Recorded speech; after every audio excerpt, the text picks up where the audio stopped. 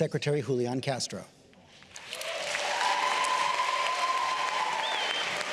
Good evening y bienvenidos a Texas.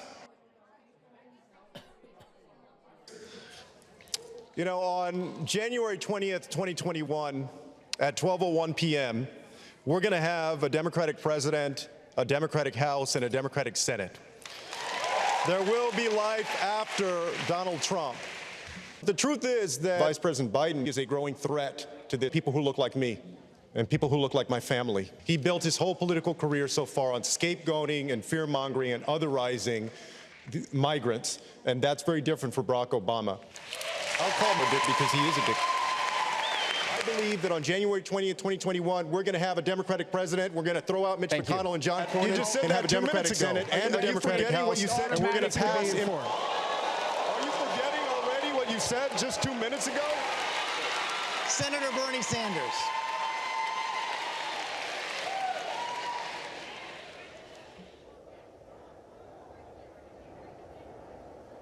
Senator Status Sanders. quo over 10 years will be $50 trillion.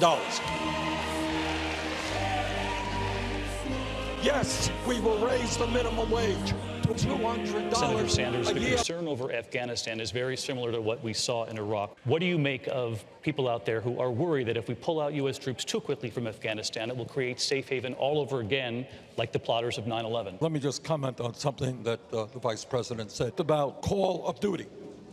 Guess what? We don't even know who our enemy is. As a global community, we'll work together and do everything that we can to rid the world of terrorism by dropping bombs on Afghanistan and Iraq. Maybe, just maybe, what we should be doing is creating an economy that works for that 1%. Andrew Yang. So let's start by. I'm sorry, did you ask me? Andrew Yang. Oh, he said it. Okay. Free Money.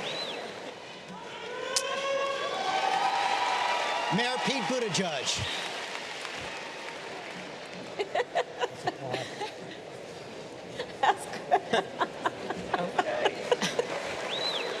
This is why presidential debates are becoming unwatchable. This reminds everybody of what they cannot stand about damn Washington. Scoring points against each other, poking at each other, and telling each other that you're my plan, your plan. Look, we keep sending politicians to Washington, asking them to fight for us. But then when they get there, they seem more interested in the part about fighting than the part about us. Politics is supposed to be not about the day-to-day fights of the politicians, but about the day-to-day lives. Senator Klobuchar. I believe that what unites us up here, the 10 of us, is much stronger than what divides us. Senator Cory Booker. Look, I grew up in the suburbs. I have seen shooting after shooting after shooting in neighborhoods like mine. My neighborhood, communities like mine come from neighborhoods like mine. Senator Booker, thank you. Senator Elizabeth Warren. You know, I think I'm the only person on the stage who's a tribal citizen. Congressman Beto O'Rourke. Hell yes. Houston, Texas, the most diverse city in the United States of America, where 22 people were killed, dozens more grievously injured by a man inspired to kill our president. Senator Kamala Harris. So I plan on spending tonight talking with you about Senator Harris, you released your plan for that just this week, and it does contradict some of your prior positions. Among them, you used to oppose the legalization of marijuana, now you don't. You used to oppose outside investigations of police shootings, now you don't.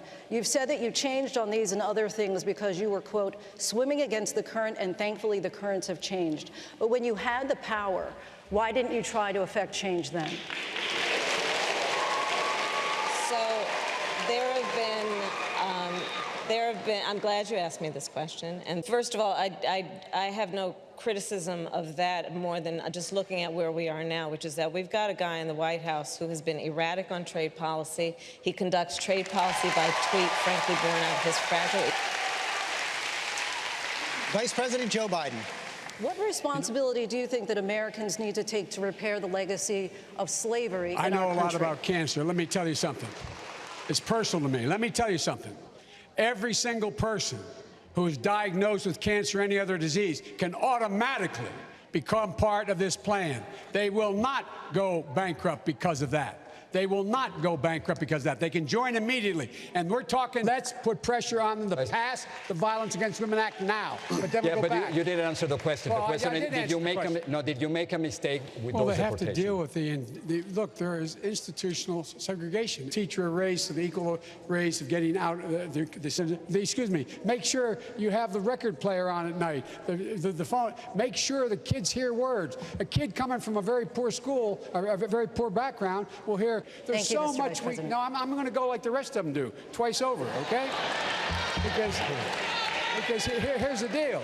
The deal is that we've got this a little backwards. And by the way, in Venezuela, we should be allowing people to come here from Venezuela. I know Maduro. I've confronted Maduro. You're all acting like we just discovered this yesterday. Thank you, Mr. Vice President.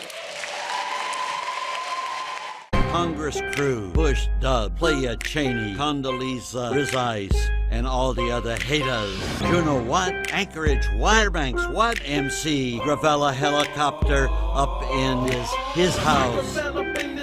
Watch me crank it, watch me roll. Watch me crank that Michael Bell, now Congressman, that hope is my